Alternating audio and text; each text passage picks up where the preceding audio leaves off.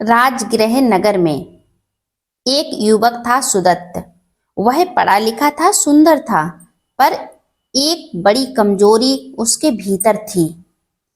जब भी वह किसी स्त्री को देखता, उसका मन अशुद्ध विचारों में खो जाता। लोग कहते, सुदत्त बहुत चालाक है, उसकी नजर अच्छी नहीं। पर सुदत्त हंसकर कहता, देखने में क्या बुरा है, आंखें तो भगवान ने दी हैं। वह नहीं जानता था कि दृष्टि मन का दर्पण होती है। जो मन में है वही आंखों से झलकता है। एक दिन वह बगीचे में घूम रहा था। वहां एक स्त्री जल लेने आई। सुदत्त की नजर उस पर जा टिकी। वह कुछ कदम आगे बढ़ा ही था कि अचानक पांव फिसला और वह गहरे कुएं में गिर पड़ा। लोग दौड़े, किसी तरह उसे निकाला गया।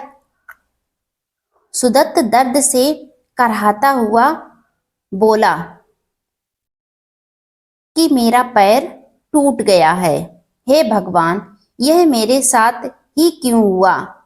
उसी समय नगर में बुद्ध अपने भिक्षुओं के साथ पधारे थे। लोग सुदत्त को उनके पास ले गए। बुद्ध ने उसकी आंखों में झांका। उन्होंने धीरे से पूछा, सुदत्त, गिरने से पहले तू क्या कर रहा था? वह झेप गया, पर सच छिपा नहीं सकता था। भगवान, मैं एक स्त्री को देख रहा था।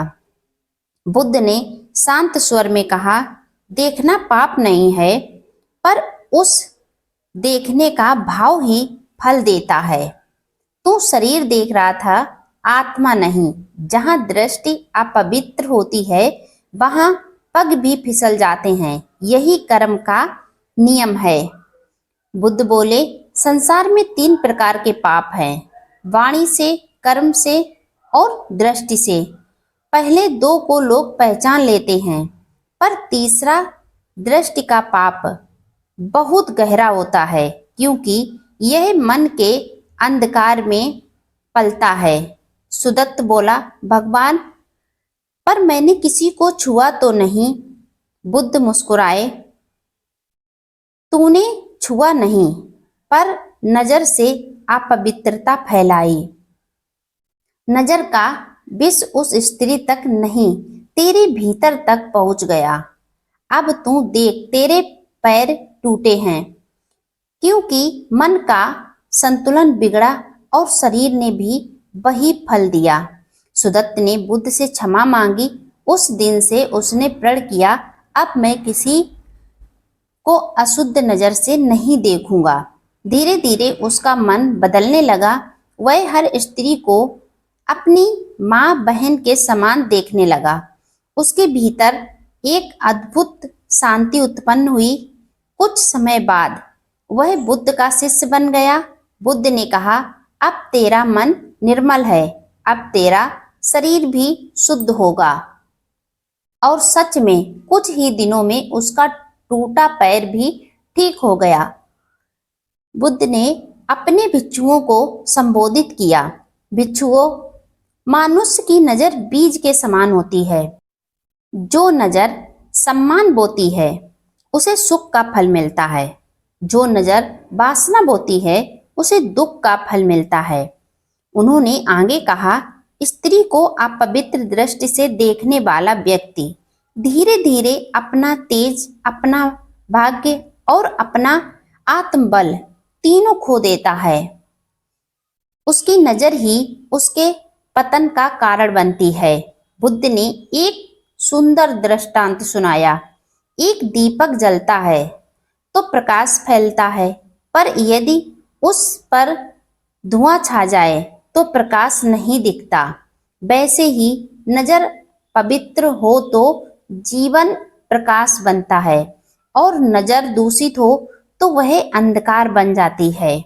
बुद्ध बोले, दृष्टि केवल बाहर नहीं देखती, वह भीतर भी अंकित करती है। जो आंखों से अपवित्रता देखता है, उसका मन भी वैसा ही बनता है, और वही मन फिर कर्म में उतरता है। इसीलिए गलत नजर रखने वाले को 3 परिणाम भुगतने पड़ते हैं। शारीरिक परिणाम, उसकी ऊर्जा घटने लगती है, चेहरा मुरझा जाता है, आत्मबल समाप्त हो जाता है। मानसिक परिणाम, उसे हर जगह वासना दिखाई देती है, शांति खो जाती है, निद्रा नहीं आती है।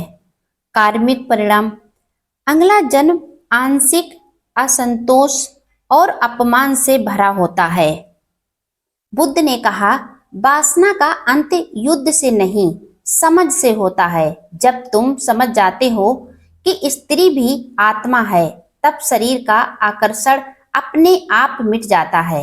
स्त्री का सम्मान वही कर सकता है जिसने अपनी नजर को जीत लिया है। सुदत्त ने पूछा, भगवान नजर को पवित्र कैसे बनाएं? बुद्ध बोले, हर बार जब तू किसी स्त्री को देखे, मन में कहे, यह भी मेरी माँ या बहन के समान है। और यदि मन फिर भी भटकने लगे तो तुरंत अपनी आंखें बंद कर अपनी सांस पर ध्यान दे। धीरे धीरे नजर से वासना का रंग उतर जाएगा। बरसों बाद वही सुदत्त जो कभी गलत नजर वाला था, एक ज्ञानी भिक्षु बन गया। लोग उससे सलाह लेने आने लगे। वह कहता, मैंने अपनी आंखों को भगवान का मंदिर बना दिया है, अब वहां कोई अशुद्ध विचार नहीं ठहरता। बुद्ध ने उसकी ओर देखकर कहा, जो नजर किसी स्त्री को अपमान से देखती है, वह स्वयं का भविष्य जलाती है, और जो नजर किसी स्त्री को सम्मान से देखती है, वही मोक्ष का दीप बनती है। स्त्री पर गलत नजर रखने वाला धीरे धीरे अपने भाग्य, सम्मान और शांति तीनों खो देता है। गलत नजर से जन्मे विचार कर्म का बीज बन जाते हैं और जीवन में दुख का फल देते हैं। सही नजर आत्मा को ऊंचा उठाती है, जबकि गलत नजर मनुष्य को नीचे गिरा देती है। नजर की साधना ही मोक्ष का द्वार है। इसी कहानी का सार यही है, नजर जहां अपवित्र होती है, वहां कर्म अंधकार में गिरता है। स्त्री को वस्तु नहीं, जीवन समझो। वह माँ है, दृष्टि की शक्ति है। गलत नजर से उसे कभी मत देखो। स्त्री को हमेशा सम्मान जनित नजर से देखना चाहिए। जो उसे सम्मान देता है, उसका भाग्य चमक उठता है। जो उसे वासना की दृष्टि से देखता है, उसकी नजर ही उसके पतन का कारण बनती है। वही युवक सुदत्त जो कभी स्त्रियों को गलत दृष्टि से देखता था, अब बुद्ध के उपदेश के बाद अपने जीवन में पूरी तरह बदल गया था। उसकी आंखें अब पहले जैसी नहीं थीं। जहां पहले वासना की झलक थी, अब वहां करुणा की चमक थी। जहां पहले अधीरता थी, वहां अब धैर्य था। जहां पहले आकर्षक था, वहां श्रद्धा थी। अब एक दिन वह नगर के रास्ते से गुजर रहा था। एक वृद्ध स्त्री भारी घड़ा उठाए डगमगा रही थी। सुदत्त दौड़ कर गया और बोला, माता जी, यह घड़ा मुझे दे दीजिए, मैं इसे आपके घर पहुंचा देता हूँ। वृद्ध ने कहा, बेटा, पहले लोग मुझे देखकर उपहास करते थे, आज तू मुझे माँ कह रहा है। यह तेरा नहीं, तेरी नजर का संस्कार है। बुद्ध ने कहा था, जिसकी नजर में करुणा है, उसके जीवन में चमत्कार स्वयं प्रकट होते हैं। सुदत्त अब हर प्राणी को सम्मान से देखने लगा था। उसके अपने जीवन में 3 संकल्प लिए। कभी किसी स्त्री को अपमान की दृष्टि से नहीं देखेगा। हर स्त्री को माता, बहन या देवी के समान मानेगा। हर आत्मा के प्रति सम्मान भाव रखेगा। धीरे धीरे नगर के लोग भी उसके इस परिवर्तन से प्रभावित होने लगे। जो लोग पहले उसका उपहास उड़ाते थे, अब उसी से ज्ञान लेने आने लगे। एक दिन नगर में अकाल पड़ा, कुआं सूख गया, खेत जल गए। लोग बुद्ध के पास आए और बोले, भगवान, वर्षा नहीं हो रही, कृपया करें। बुद्ध मुस्कुराए, वर्षा बाहरी नहीं, भीतर की शुद्ध से आती है। जिस नगर में दृष्टि पवित्र हो जाए, वहां प्रकृति भी कृपा करती है। उन्होंने सुदत्त को बुलाया और कहा, सुदत्त, तू नदी के तट पर जाकर ध्यान कर। तेरी नजर अब इतनी निर्मल है कि तेरे भीतर की करुणा पृथ्वी को भी पवित्र कर सकती है। सुदत्त ने आज्ञा मानी। वह नदी के तट पर बैठा, आंखें बंद की, मन में सभी प्राणियों के लिए मंगल कामना की। सब सुखी हो, सब निरोग हो, सबका कल्याण हो। घड़ी भर भी नहीं बीता था कि आकाश में बादल छा गए, बिजली चमकी और वर्षा होने लगी। लोग दौड़ते हुए बुद्ध के पास आए। भगवान, वर्षा हो रही है। बुद्ध मुस्कुराए, यह वर्षा बादलों की नहीं, एक पवित्र नजर की कृपा है। बुद्ध ने अपने भिक्षुओं से कहा, मनुष्य की नजर ही उसका भाग्य लिखती है। जो स्त्री को अपमान से देखता है, वह अंधकार में गिरता है। जो उसे सम्मान से देखता है, उसका जीवन उज्जवल हो जाता है। फिर उन्होंने समझाया, स्त्री दृष्टि की शक्ति है। जो इस शक्ति का आदर करता है, उसे प्रकृति स्वयं आदर देती है। पर जो उसे वासना की दृष्टि से देखता है, उसका तेज, उसका पुण्य, उसका भाग्य तीनों घट जाते हैं। सुदत्त ने जीवन में अद्भुत परिवर्तन आने लगे। जहां पहले लोग उससे दूरी बनाते थे, अब सब उससे मिलने आते थे। एक दिन नगर के राजा ने उसे बुलाया। राजा ने कहा, सुदत्त, मैंने तेरे परिवर्तन के बारे में सुना है। तूने नारी का सम्मान किया और अब प्रकृति तुझ पर प्रसन्न है। मैं चाहता हूँ कि तू हमारे राजकुमारों को भी यह शिक्षा दे। सुदत्त बोला, राजन, स्त्री के प्रति नजर पवित्र हो जाए तो पूरा समाज सुरक्षित और सुखी हो जाता है। स्त्री का सम्मान ही संस्कृत की पहचान है। राजा ने उसे नगर का शिक्षक घोषित किया। लोग कहते, जिसने नजर सुधारी, उसका सारा संसार ही सुधर गया। कुछ वर्षों बाद जब सुदत्त वृद्ध हुआ, तो वह फिर बुद्ध के पास गया और बोला, भगवान, अब मेरा जीवन पूर्ण है। मुझे एक आशीर्वाद दीजिए कि मेरी नजर सदा करुणा से भरी रहे। बुद्ध ने कहा, सुदत्त, तेरी नजर अब केवल आंखों की नहीं रही, यह अब तेरे हृदय की खिड़की बन गई है।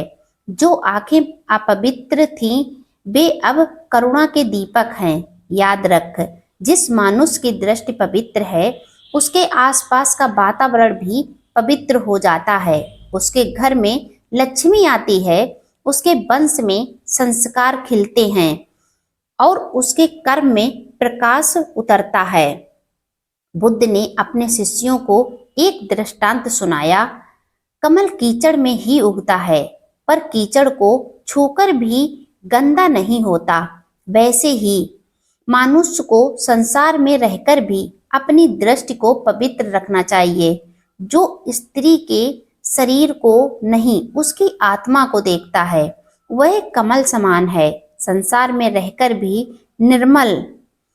बुद्ध के उपदेश और सुदत्त के उदाहरण से पूरा राजगृह नगर बदल गया।